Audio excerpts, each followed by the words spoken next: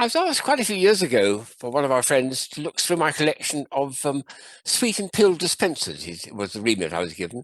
So I did the pill one, that was easier. The sweet ones is a bit wider. So this is a result of my notes that I made at the time. This is Cap Toys, I think it was, in America. Suddenly went mad with these in the mid-1990s and came out with a whole range of ingenious, absolutely ingenious sweet dispensers, motorized and everything else, and one played music to you using all the technology of it.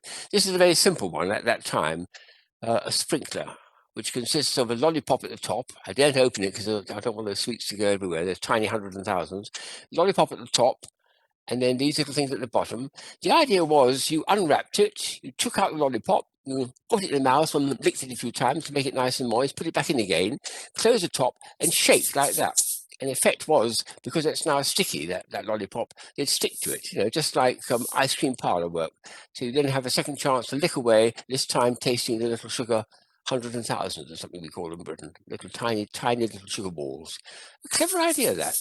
Lick, lick, lick, and another shake, and another shake, and so on. So never used it, daren't open it, because where would I put it? Oh, well.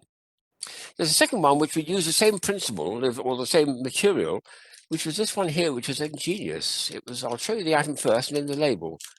Do you recognize that? It's something that householders use. It's a paint tray where you have paint in here, and this is a roller, and then you do that and get some paint on the thing, and then roll it on the wall.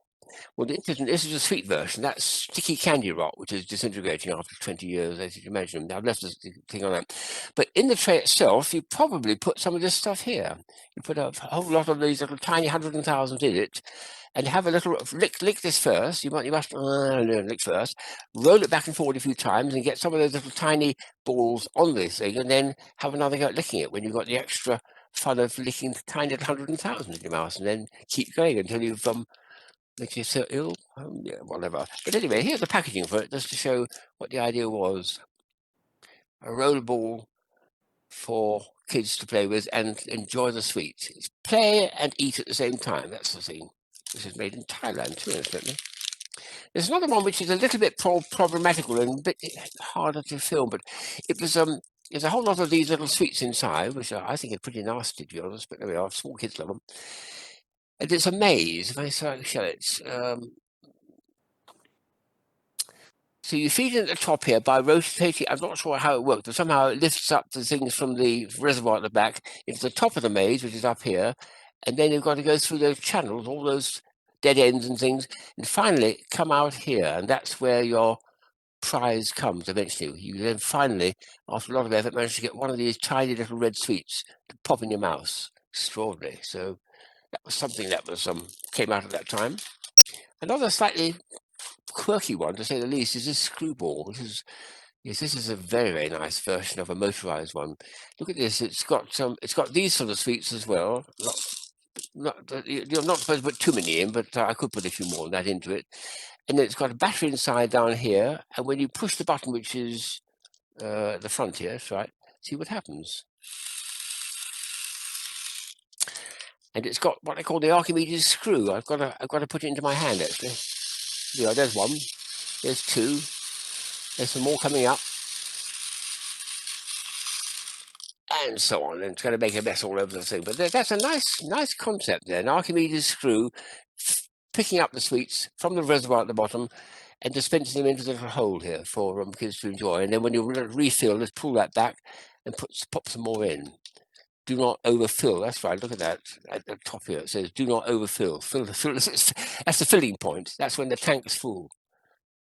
And the things are called candy-coated tart and tidies. How about that? The last one is grotesque, to say the least. Look at this. Absolutely grotesque. This is called Monster Mouth. And he is ghastly. Well, it's good and ghastly. So if I push this bit here, push it forward, what's happened? And look at the mouth. So I'm going to get it to focus as it opens. As I push it forward, out comes a horrible sticky tongue. I've kept the cellophane on it because it's sort of already deteriorating. It's already getting some stickiness on the outside, actually. But that's his mouth agape with a huge red tongue. And of course, you then put it in your mouth and licking it, which I don't fancy doing at all. But that action is just superb. It's ghastly and grisly and gooey, all things. You've got a tooth missing there, looks like as well. What an action that is, isn't it? That is the Lollipop Plus. My goodness me. So they had a ball in the mid-90s, Cat Toys and other people finding sweet toys that dispense them in very unusual and playful ways for kids to enjoy. That's most grotesque, I think, don't you?